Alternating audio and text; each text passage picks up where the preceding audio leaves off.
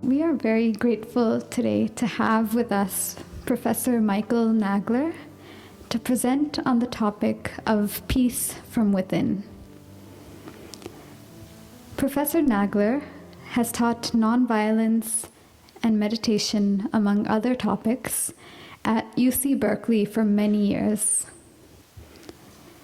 He is the president of the Metta Center for Nonviolence, the co-host of the Nonviolence Radio and the Nonviolence Report. He is the author of several books on nonviolence, including the forthcoming The Third Harmon and the new story, Nonviolence and the New Story of Human Nature. Professor Nagler has lived at the ashram of the Blue Mountain Center for Meditation in Marin County since 1970. Now, Professor Nagler, before you come up and share with us today, I wanted to share a little personal anecdote. When I was in high school, when I was in around 12th grade, many years ago, I very distinctly remember that my dad would always have two books at his bedside table, and they would be the first things to go in his bag anytime he was packing for a trip. One was a book about Swami Vivekananda, and one was a book from the Blue Mountain Center of Meditation. And he would sit, and when we were having dinner, he would postulate, and he would have this kind of fantasy, this dream of one day all of us coming together and sharing about our learnings from meditation and how similar all of these paths are. So it feels very serendipitous that on this occasion of Swami Vivekananda's birth anniversary, we have you here with us today. So thank you very much. Good morning, everyone. I'm so honored to be here with you today at the Ramchandra Mission at this auspicious day, and since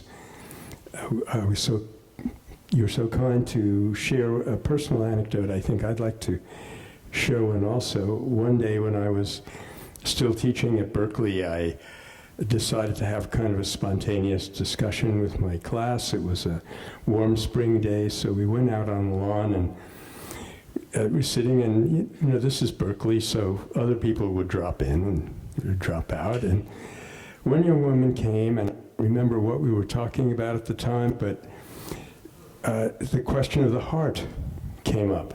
And she shared this lovely image with us that I'd like to share with you this morning.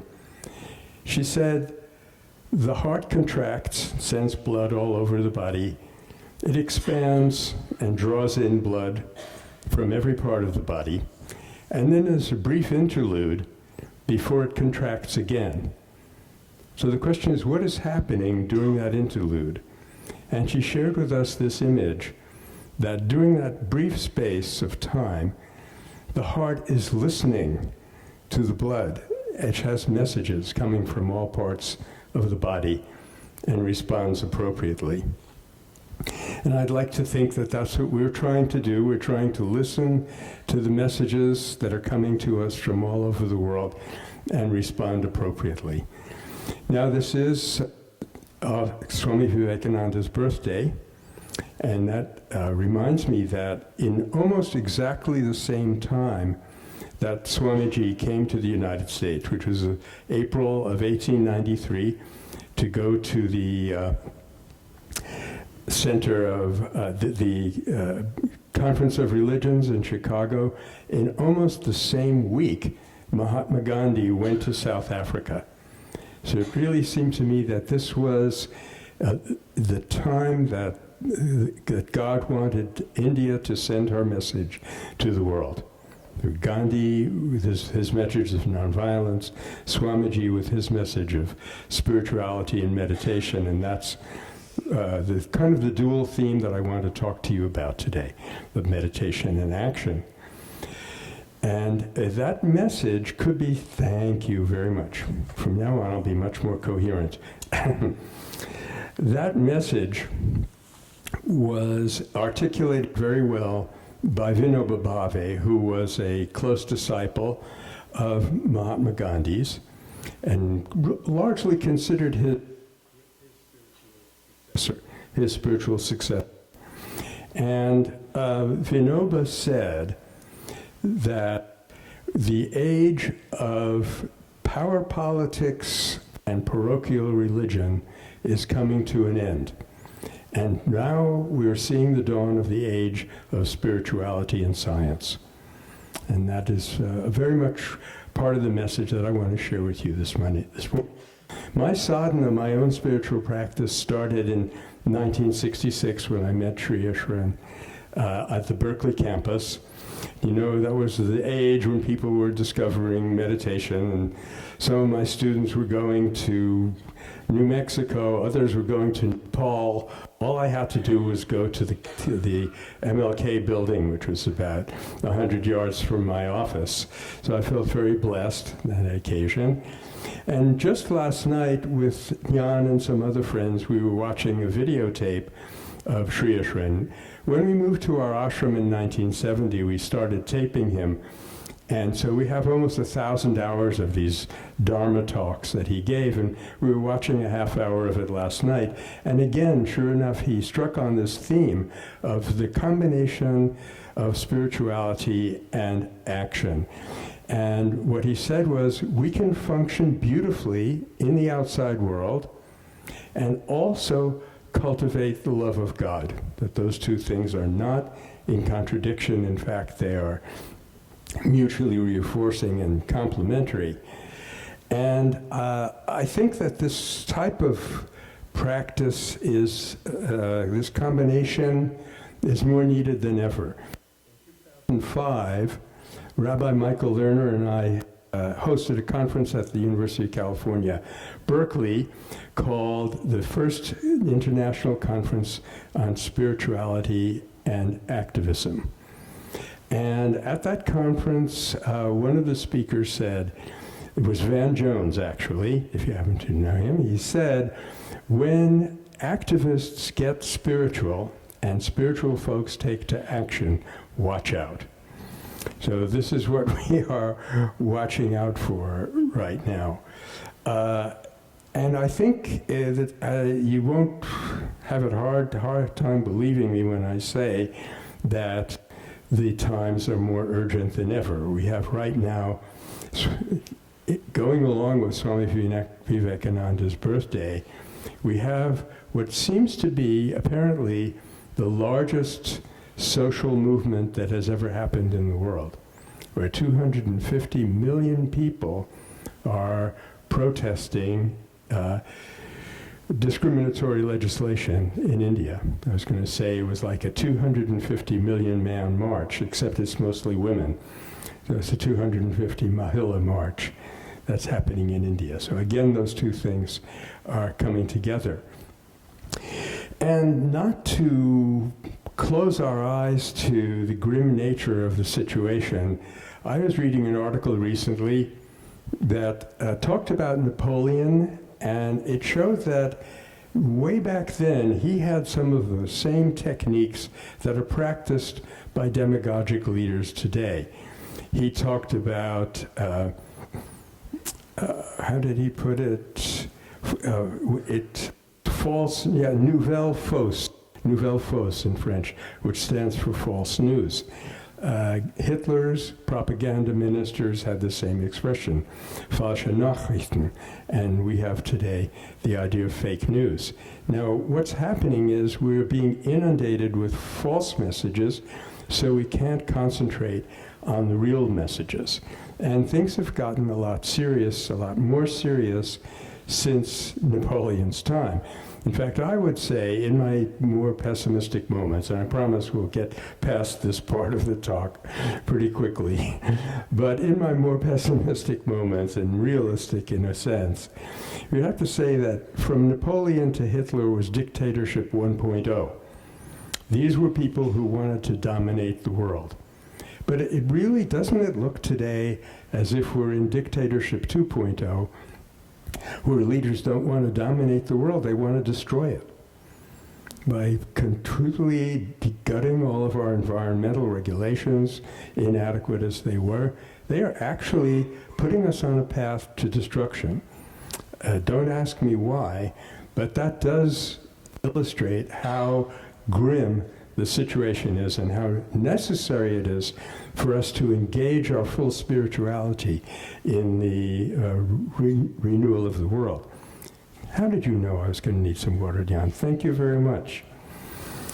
So this is the Metta Center for Nonviolence, which started in about 1981 when Sri Ishran had a very bad night. He wasn't able to sleep, and he called us all together in the morning and said, what are we going to do about this violence? Now, I was still at the university at that time, so I said, oh, we'll start an institute. That's how I thought you went about doing things. And that institute became the Metta Center for Nonviolence, which is now not part anymore of the Blue Mountain Center for Meditation. Eventually, as the Blue Mountain Center got more and more active, we started publishing books and doing retreats, including a famous cookbook called Laurel's Kitchen, which I bet your mom had on her bed table. That led to all the other people being siphoned off to do all these other things, and I was left to carry forward with the Metta Center. Then another critical juncture for me came in 1989 during the Tiananmen Square massacre, because by that time I had accumulated a certain amount of knowledge of nonviolence and how to do it, and the students in Beijing were making a couple of really bad mistakes, but I had no way to reach them. You know, we didn't have the internet really going yet, and we had maybe fax machines, and so I had to stand helplessly by, you know, biting my nails, wondering for the disaster, when the disaster was going to start. And sure enough, it was really a bad one. So because of that anguish and frustration of mine, what we've come up with is this motto that we are helping people to practice nonviolence more safely and more effectively. That's what the Metta Center for Nonviolence really does. And we do this in various ways, some of which I'll be talking about in a second. But one of the things that's made our job so difficult is that fake news has been supported, enhanced by practices of advertising. This is a billboard that I used to see on my way into work in Petaluma in the morning, and it's trying to sell you some real estate, and the message on the top, as you can see, is "Our pain is your gain."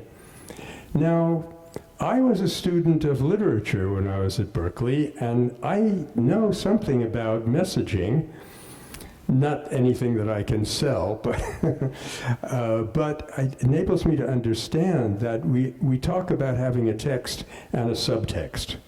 The text is what's explicit on the surface, and the text of this billboard is "Buy real estate now from us." The subtext is "Our suffering benefits you."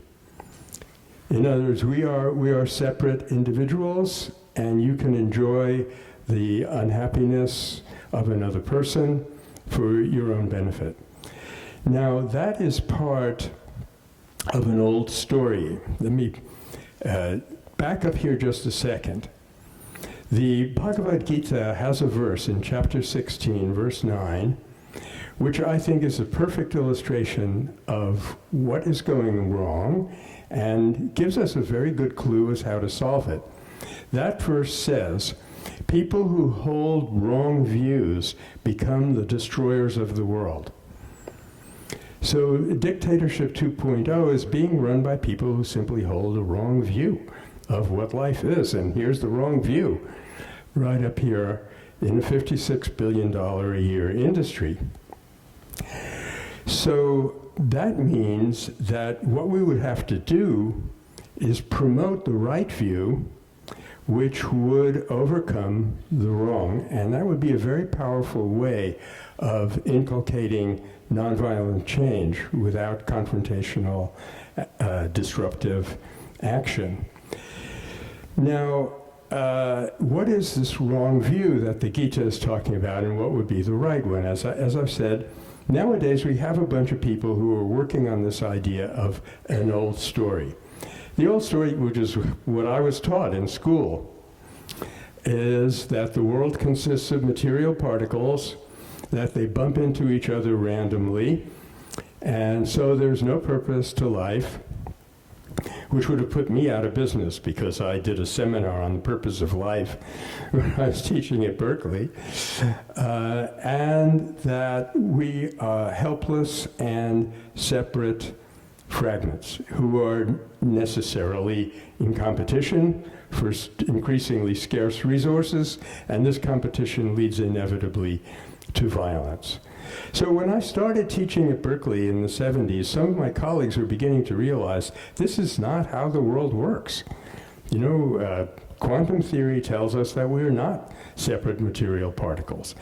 But what they didn't know yet was that the truth of this had been discovered in India thousands of years earlier. In fact, one of India's energy ministers, I think it was Kotari, if I remember correctly, he said, when this tremendous new discovery about how the world really is built, that not on material particles, not on randomness, only the Vedanta could withstand that discovery.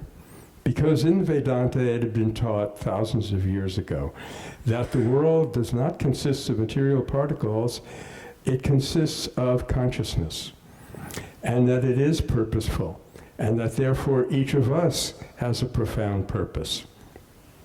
So the new story is built on these new discoveries, and I'm going to show you one in detail in a little bit of how science and spirituality fit together. But what I came to feel when I was developing the Metta Center for Ishran is that nonviolence is the bridge between spiritual development and social change. Because if you are meditating, as we all have the great privilege to be doing, and you try to get active in the world, if you get disruptive, if you get angry, that's going to ruin everything that you created in your meditation.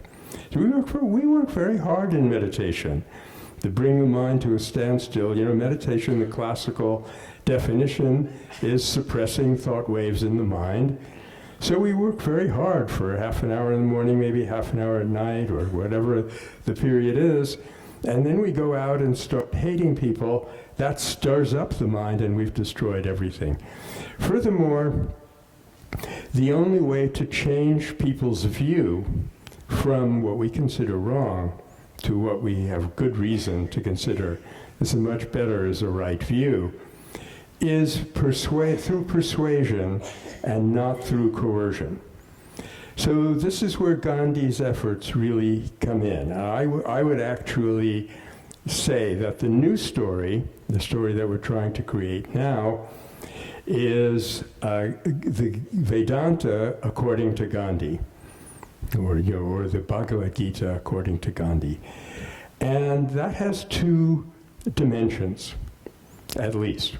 One of them is this metaphysical dimension that I've been talking about, that the recognition that the universe is created from consciousness through energy to matter.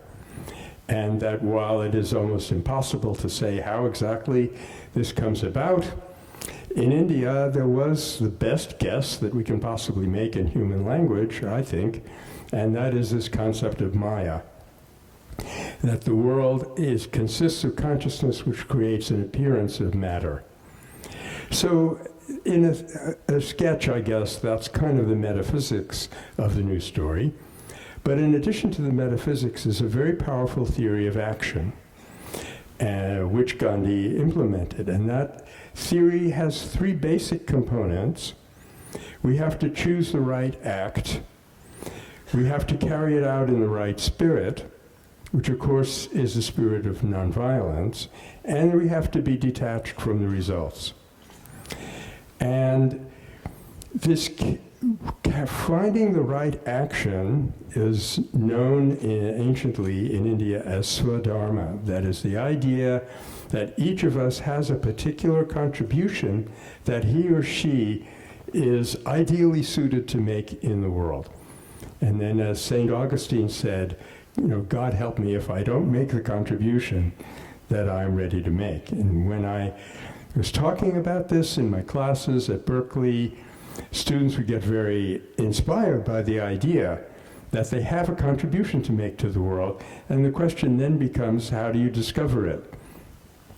I think the best guess really is, first of all, to engage the self-knowledge that we gain in meditation. So we know we have certain capacities and not others. I'm not ideally suited for going out on protest marches and waving a sign. I get too emotional, and that doesn't help. But I've had this training as a teacher. And in fact, my parents were teachers, and as far back as I can see, my family was all teachers. And so I have this capacity to assimilate something of what nonviolence is and how it works and make that available to carry out the mission statement of the Metta Center, helping people to practice nonviolence and more safely and more effectively. So there's another dimension to this action, and that is that we need to practice this with feedback. In other words, when we carry out an action, if it doesn't work, we recognize that we've made something of a mistake and correct course and go more successfully forward the next time.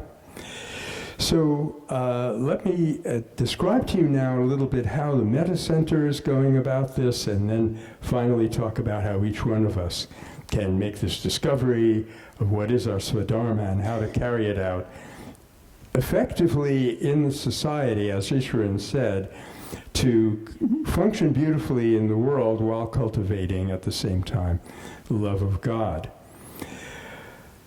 Let's see. That's some more Zen slides there. There we go. So I'm happy to report that in 2020, despite the grimness of the situation, or perhaps because of it, all of the nonviolence organizations that I'm in touch with and I'm aware of have responded with a great deal of energy and a great deal of enthusiasm and a great deal of ambition. And I'm happy to say that we're one of these. So we are launching a huge project. Not that we actually planned it. We never sort of really plan anything at Metta Center. It just kind of happens. And it's called the Third Harmony Project. Let me explain a little bit what the title means. You know, Shankara, that great sage from the 8th century of our era, from Kerala, he said that there is a tapatreya. There are 3 sources of suffering in the world. We suffer from the environment, we suffer from other beings, especially 2-legged ones, and I'm not referring to birds here. And of course, we suffer from ourselves. So Sri Ishwaran said, okay, then we have to establish a harmony that will balance each of these disharmonies. We have to establish harmony with the outside world, with the environment. We have to establish harmony with one another. That's the second. And the third and most important is we need to establish harmony within ourselves, which is primarily done through meditation, secondarily done by expressing the knowledge and the love that we touch in meditation in the outside world. So our approach is to have created this project called the Third Harmony Project, which has 4 components. The first one is a book. Now, there's other ways of illustrating this book, but I thought you might enjoy this picture of me in New Delhi back in August. There's me in the middle there, and sitting to the right is Nandita Das, the famous Bollywood star. That's why I'm so nervous. up there. But it was kind of fun to see the title of my forthcoming book, the cover of it on this 50-foot screen in New Delhi. Here's what it actually looks like close up. So it's the third harmony, Nonviolence and the New Story of Human Nature. What I argue in the book is that in order to really complete this new story, we have to focus within the third harmony, and when we do, we make an amazing discovery, and that is that the core of our human nature is nonviolence. The capacity that we have to offer nonviolence in the face of violence, and the complementary capacity that we are all born with, although we haven't necessarily developed it, the capacity that we have to respond to nonviolence when it's offered to us. Just to drop in one anecdote, there was an elderly woman who finished her shopping. She was in a shopping center somewhere, I think, on the East Coast, and got into her car, and a young man jumped into the car with a gun and said, "Give me all your money."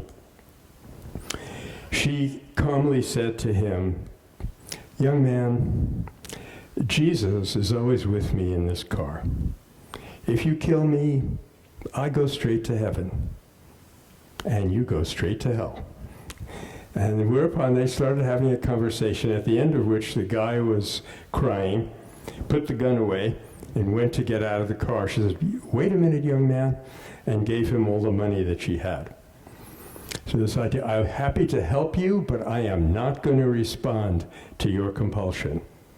And you'll see in this trailer to the film that we'll be showing in a little while, that this famous model we have now in nonviolence called the two hands of nonviolence. I will not put up with your injustice, but I am open to you as a human being. And I was reminded of this when I read a statement by Arnold Toynbee, the British historian, who said about Gandhi, he made it impossible to go on ruling India, but he made it possible for us to leave without rancor and without humiliation. So the basic burden of this book is that in order to have a new story, we have to add the component of nonviolence. Just as in order to have nonviolence, we have to have a new story, because otherwise there's no way to explain how nonviolence works. Now, the Yoga Sutras, this text of Patanjali, which has this classic approach to meditation and analysis of it, says, I believe this is 235. I've retired now, so I don't have to remember exactly what chapter and what verse it is.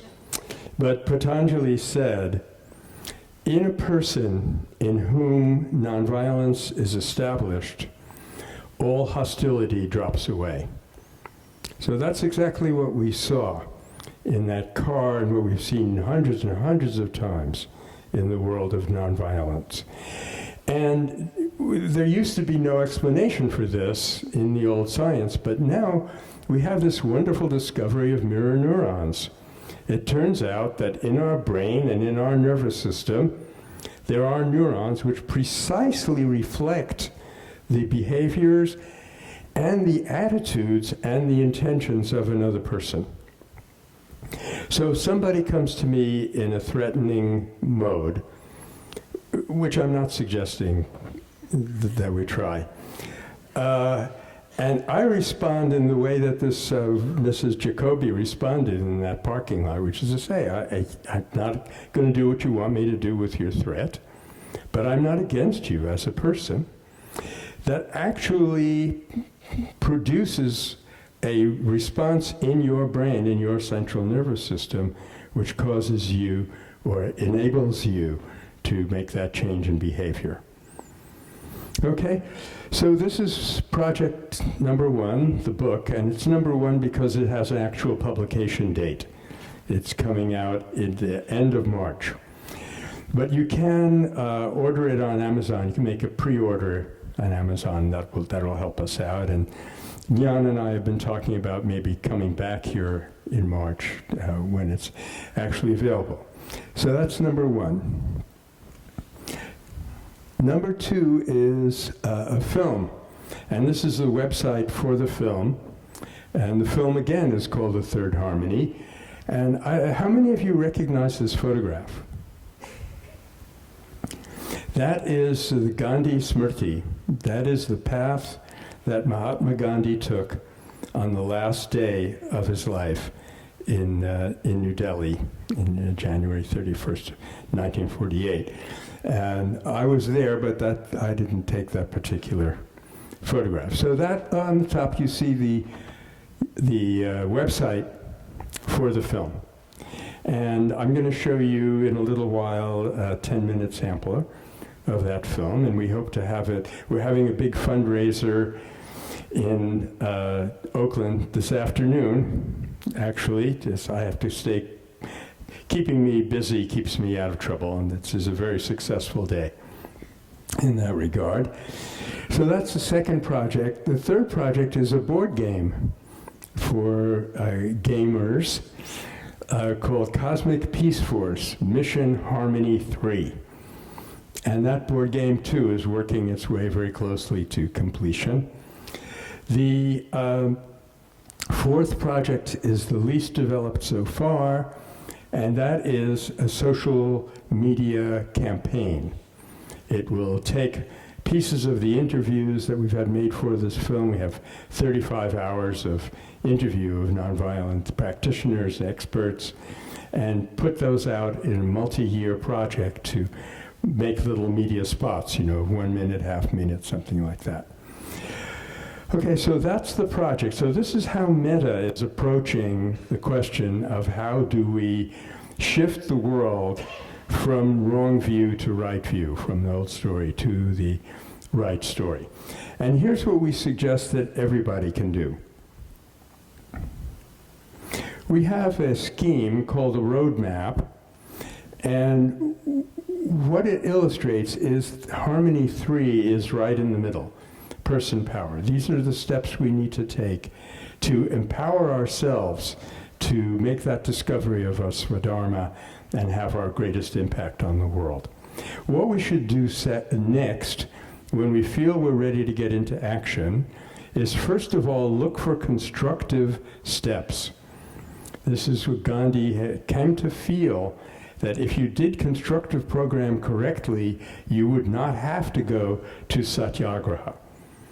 So but you find ways of building the institutions that we want. For example, there's a lot of problems with fake news, and there's a lot of problems with standard news.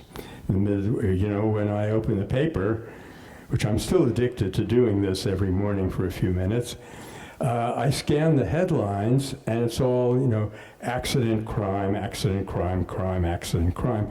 Yeah, there's a lot of accidents that happen, and there is crime in the world, but that's not what life consists of. So we're always encouraging people, as you'll see in a second, to exercise extreme caution with using the mass media. But what are you going to do instead? Well, I'm happy to say that there's a regular industry now of alternative media, of nonviolent news, nonviolence entertainment. In our radio shows at Metta, we have two, they're called community radio. They don't go very far, but they have been podcast and put out on all the regular channels.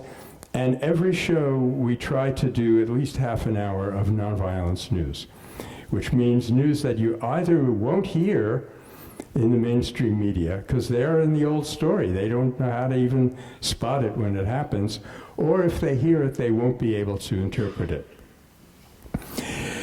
So now back to that person power and what we recommend. Oops.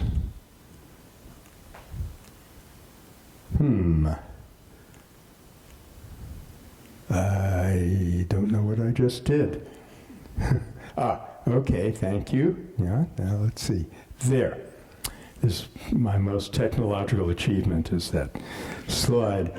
So we recommend 5 things that each one of us can carry out. And as soon as I'm finished describing this, we'll take a look at the trailer, and then I would like to have a in more interactive conversation with you. So the first, as I said, is to avoid the mass media. A simple way of putting it. A little slightly more detailed way is to say avoid the violence and the vulgarity in the mass media, but if you do that, there'll be very little left.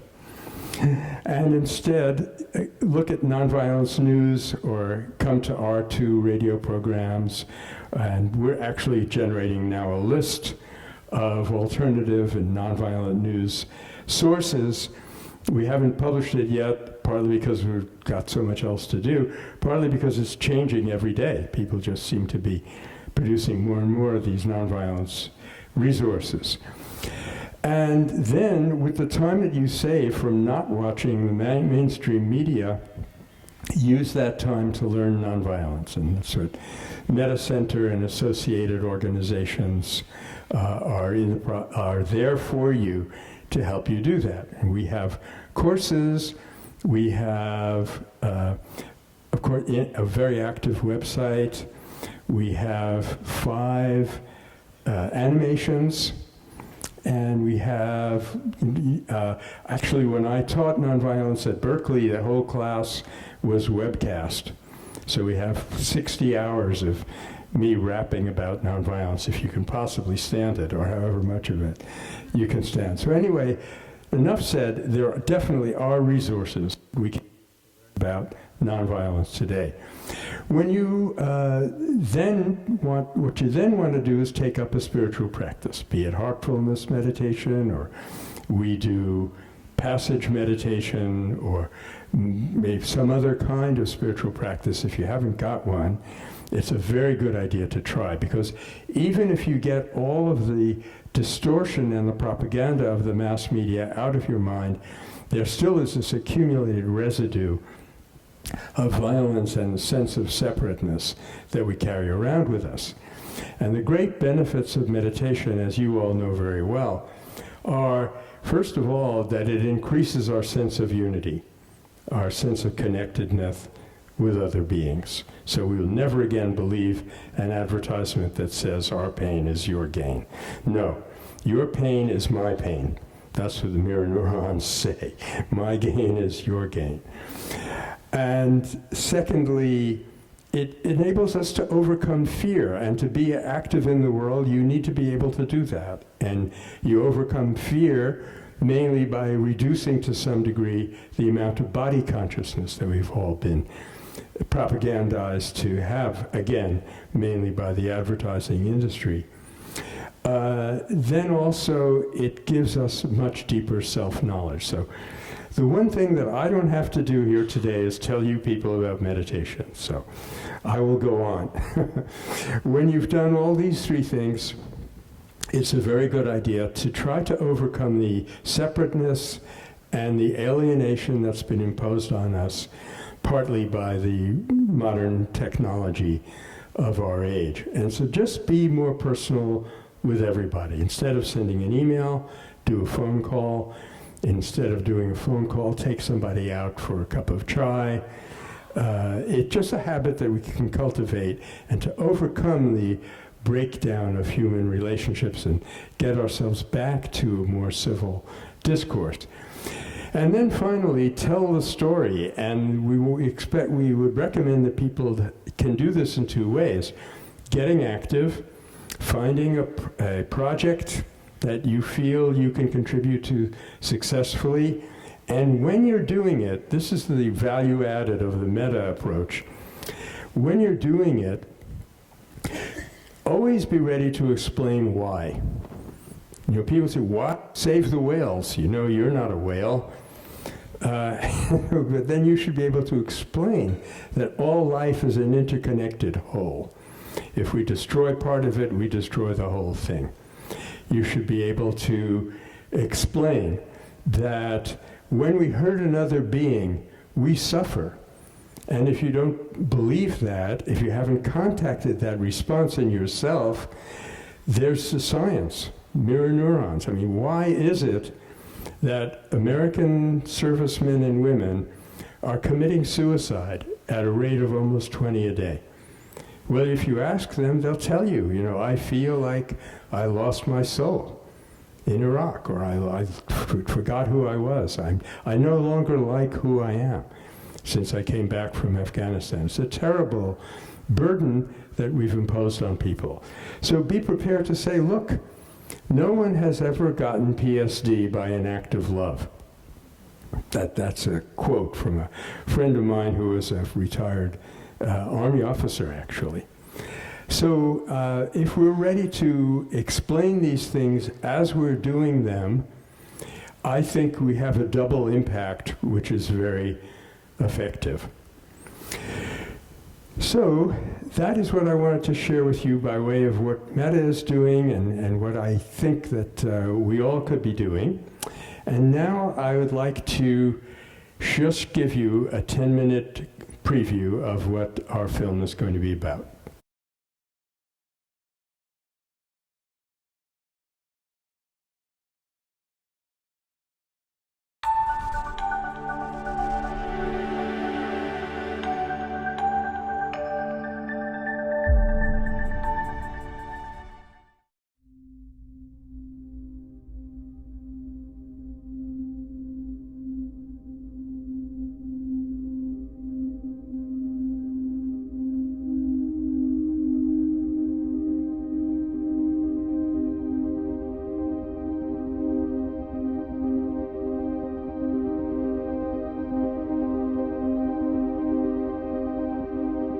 Nonviolence to me is the source of power. And the power is actually in each person. And it's a power that's not been used by many people. One thing we have in common as individuals, as human beings, is the power to show love. The basis of nonviolence is love. And first of all, in order to have love, you have to have a heart. And each person has a heart. My point is, when you step out of the shower, you're fully armed. It seems like every one of us has this big library of humanity and nonviolence inside him. To be able to meet the human being inside you and to discuss with him about yourself. Nonviolence is to be an artist of your humanity, to bring the best of you, not just by solving problems, but also by living, by experiencing, by practicing. It's about your humanity is my weapon, and I have to be able to bring you to that place. To me, one of the core principles of nonviolence, this core worldview of nonviolence, is this unwavering faith in humanity and in the goodness of people. And no matter how much harm someone may have committed, that the possibility of transformation and the possibility of resilience is always there. My brother was very violently murdered by Israeli soldiers. 1 year after, my mother receiving a phone call from a very religious Jewish Israeli father that his son was kidnapped and killed by Hamas, telling us that there is a group of parents, Israeli parents, who have lost someone of their family members, and they are willing to come and pay condolences. And they are supporting our rights, and they are standing for our rights, and they lost someone exactly like us. For me, that was shocking. I was born in '72, and that meeting happened in 2001. That was the first time in my life that I saw an Israeli crying. And then my mother was crying with the same color of tears with a Jewish mother in my home. That touched me deep, because I told myself, if these people who paid the highest price can stand for my right and can understand What does it mean to lose someone? So everyone can.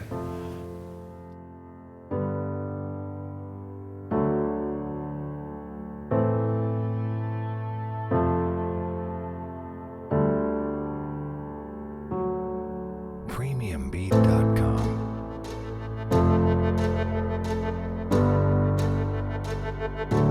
The work of forgiveness, the work of letting go, the work of healing through our own traumas, I think is so important in nonviolence. I think oftentimes, even when we think of nonviolent movements, we think of how do we fix those people out there? And there's a time and a place for that, absolutely. There's a lot of things out there that do need to be changed. And at the same time, I think a lot of the work of nonviolence is about owning the ways in which we contribute to harm and the ways in which we contribute to systems of violence. We've polluted your earth. We've hurt you in so many ways. And we've come to say that we are sorry. We are at your service, and we beg for your forgiveness.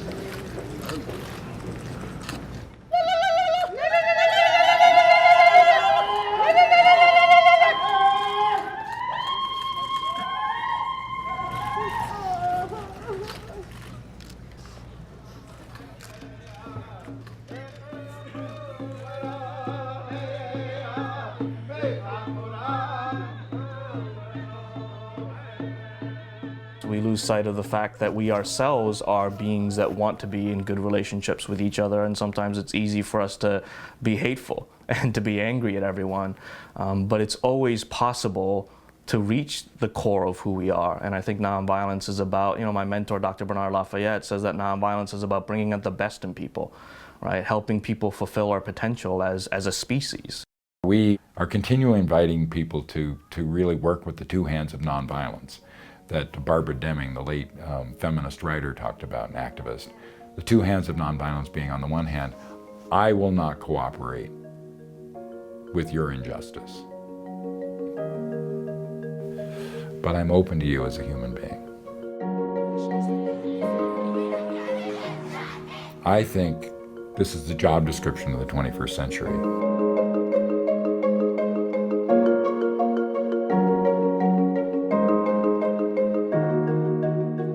Nonviolence has been with us as long as we've been human. It's a legacy we can all claim, and if we do, we can repair and transform the world. So why don't we hear more about it? There had been no systematic studies on the comparative effectiveness of nonviolent and violent struggle. There had been plenty of studies comparing the effectiveness of different types of violent struggle, but nobody had ever studied the empirical comparison between nonviolent and violent methods of struggle by civilian actors. Very few people actually look at the full range of strategic options, including nonviolent ones, and compare them against the violent ones. And this is something that my whole life's work now is seeking to remedy. The more that we apply nonviolence and the more that we use unarmed civilian protection in areas of violent conflict, the more that we see behavioral change, where decisions made at the interpersonal, at the inter and intracommunal level, local governance levels, and moving on up to larger decision making, start taking on the characteristics of nonviolence and characteristics of constructive change rather than destructive change.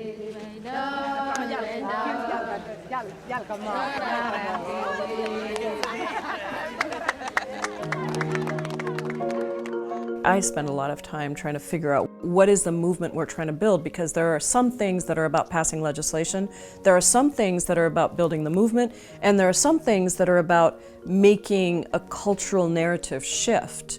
I request respectfully that we have a hearing in this committee where we bring the Attorney General before us to tell us what we are doing with these camps on the southern border. We have to think big. Sojourner Truth didn't think small, Martin Luther King didn't, Gandhi didn't. They had big, bold ideas, and I want our young people to not get cynical about having big, bold ideas and to really be willing to fight with love. Enough is enough! Enough is enough! No more violence! It's actually patriotic to fight for peace and to demilitarize, denuclearize, and to think about national security as economic security, domestic security, peace and justice. I mean, they're not separated concepts. Most of us every day are facing conflict and want to be happy but don't know how. So how do we offer a vision and a toolbox and methods and practice? In ancient India, the great sage Shankara had this model of the Tapatreya, that there are three sources of suffering: from the environment, from other people, and finally, and most importantly, within ourselves. So my teacher, Eknath Ishran, he kind of turned that around and said, okay, we need to establish the three harmonies then. Harmony 1 with the outer world, yes. Harmony 2 with other beings. Most important, and actually starting point, is the harmony within ourselves. And from there, that harmonic energy can be radiated out into our relationship with other people, and then finally to the whole world. To do that first part, to make each of us into a peace warrior, we recommend 3 steps.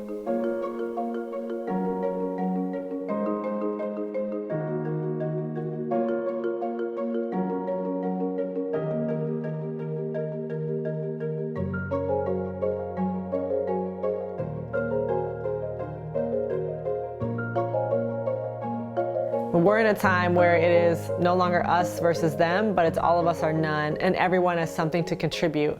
So identifying what people want to give, be it time, money, ideas, other things, is a way that we can build how wide a nonviolent movement can be. Governments have spent billions and billions of dollars getting violent science right in the past 400 years. And I think that it's time that we invest some time and energy into alternatives. We actually don't have 100 years to figure this out. We don't have that luxury of time. We have actually things on our plate in this moment on Earth, like the climate crisis, that is a ticking clock on those of us who would like to see nonviolence make some significant changes in this world. So, what are we waiting for?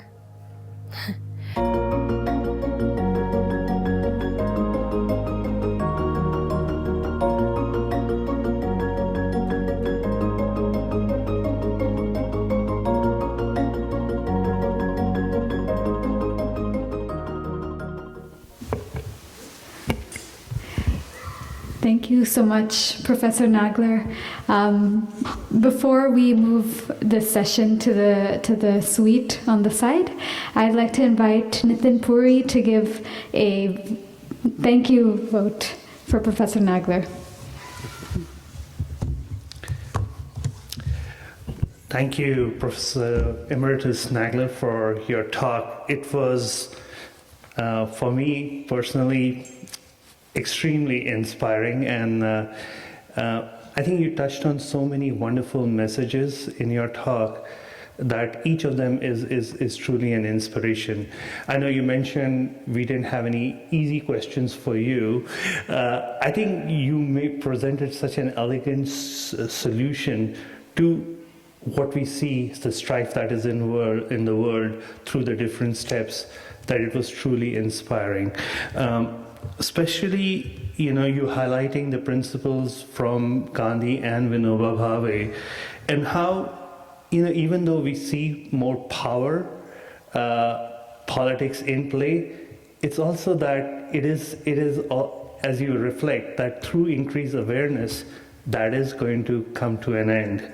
And this aspect of combination of spirituality and activism is beautiful, because that's where we need to be, is within also, and how we can reflect that to out.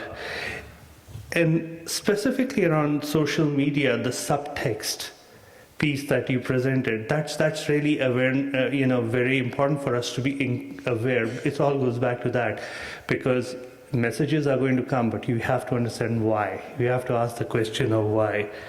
And this whole about nonviolence being the bridge between spiritual practice and social change is because that's where we can really get everyone to, understand why what is being done.